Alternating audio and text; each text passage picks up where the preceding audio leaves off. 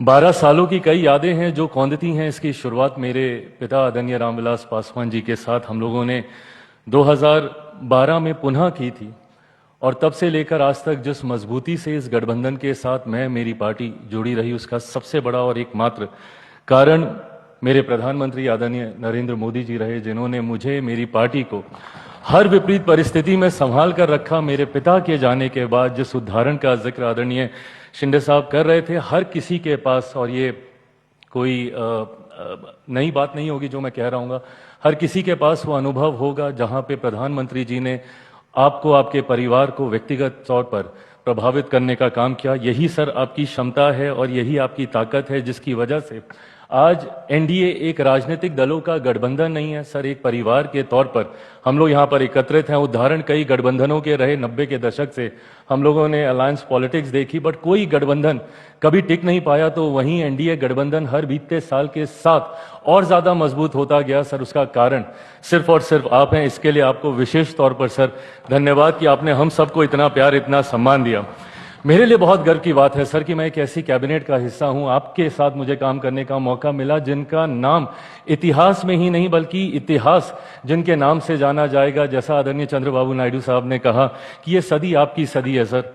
पिछले 25 साल से निरंतरता में हेड ऑफ द गवर्नमेंट के तौर पर आपका कार्यकाल, आज हम लोग जिस दिन यहाँ पर एकत्रित हुए हैं, आज देश के सबसे ज्यादा लॉन्गेस्ट सर्विंग प्राइम मिनिस्टर के तौर पर सर, ये ख्याति सिर्फ आपकी ख्याति नहीं सर, करोड़ों उन लोगों की ये ख्याति है जिन्होंने आपके ऊपर निरंतरता में विश्वास किया। और यही कारण है सर कि आज जब आपके निर्णय देश की बड़ी आबादी को प्रभावित करते हैं तो लोगों का विश्वास आप पे बढ़ता है। आपने पिछले 12 सालों में हमारी सीमाओं को आपने सुरक्षित रखा सर, भले वो एयर स्ट्राइक के माध्यम से हो, भले वो ऑपरेशन सिंदूर के माध्यम से हो, तो वहीं अंतरिक्ष के माध्यम से भी कैसे भविष्य के विकसित भारत की नींव को मजबूत किया जाए, चंद्रयान के माध्यम से हो, सूर्य के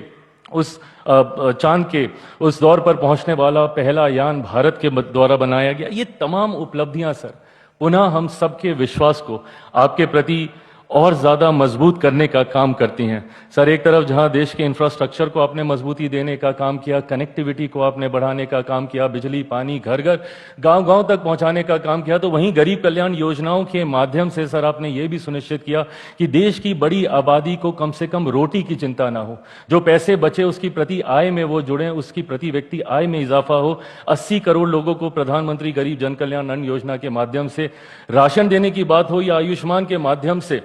5-5 लाख रुपए का मुफ्त इलाज कराना, यही परिणाम है सर कि आज देश की एक बड़ी आबादी 25 करोड़ लोग मुख्य धारा के साथ जुड़े, गरीबी रेखा से बाहर निकले। आधी आबादी को सिर्फ सम्मान देने की आपने बात ही नहीं की सर, महिलाओं की छोटी छोटी चीजों को आपने ध्यान में रखा, उनके सम्मान की चिंता करके जहां शौचालय बनाए तो वहीं उनके स्वास्थ्य की चिंता कर आपने उज्ज्वला के माध्यम से उनको आगे बढ़ाने का काम किया। वुमेन लेड डेवलपमेंट की आपने बात ही नहीं की, उनको केंद्र में लाने के लिए, सत्ता का हिस्सा बनाने के लिए नारी शक्ति अधिनियम आप लेकर आए सर।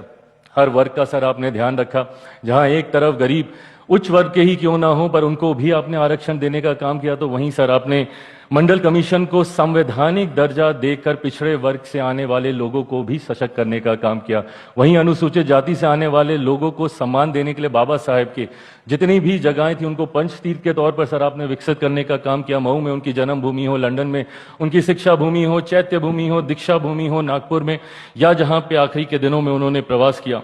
ये तमाम चीजें दर्शाती हैं सर कि आपने हर वर्ग को अपने साथ जोड़कर आगे चलने का काम किया। देश की राजनीति में जितने विवादित मुद्दे रहे सर, जिसमें मेरे जैसे लोगों ने दशकों से राजनीति होते हुए देखी, भले वो राम मंदिर का मुद्दा हो या धारा 370 का मुद्दा हो, उस पर भी सर आपने पूर्ण विराम लगाने का काम किया। आपने देश की हर भाषा को अपनाया, हर मन से हर भाषा में अपना संबोधन दिया, हर वेशभूषा को आपने सम्मान दिया सर, भले वो साफा हो, पगड़ी हो, मैं जहां से आता हूं हमारा पाग हो, या गले में गमछा हो, आपने हर उस चीज को सम्मान देने का काम किया सर। खाद्य प्रसंस्करण मंत्री होने के नाते हर व्यंजन को जब आपने राष्ट्रीय अंतर्राष्ट्रीय स्तर पर पहुंचाने का काम किया, तो उसने मेरे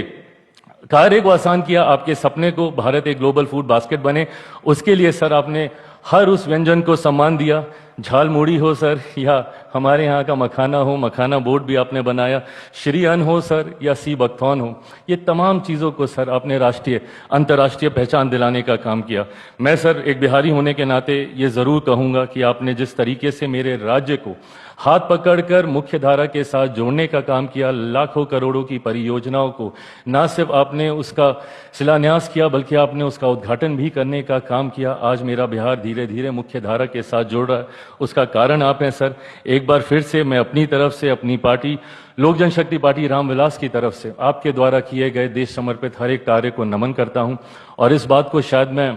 पूरे confidently on behalf of every NDA ally party मैं सबकी तरफ से कह सकता हूं कि सर एक बार फिर से 2029 में हम सब मजबूती से आपके नेतृत्व में सर चुनाव लड़ने के लिए तैयार हैं। आप आगे बढ़ें सर, आप स्वस्थ रहें, दीर्घायु रहें, ये हम सब की शुभेच्छा है और आपका आशीर्वाद मार्गदर्शन हम सबको ऐसे ही मिलता रहे, ये हम सबकी इच्छा है। थैंक यू सर, नमस्कार।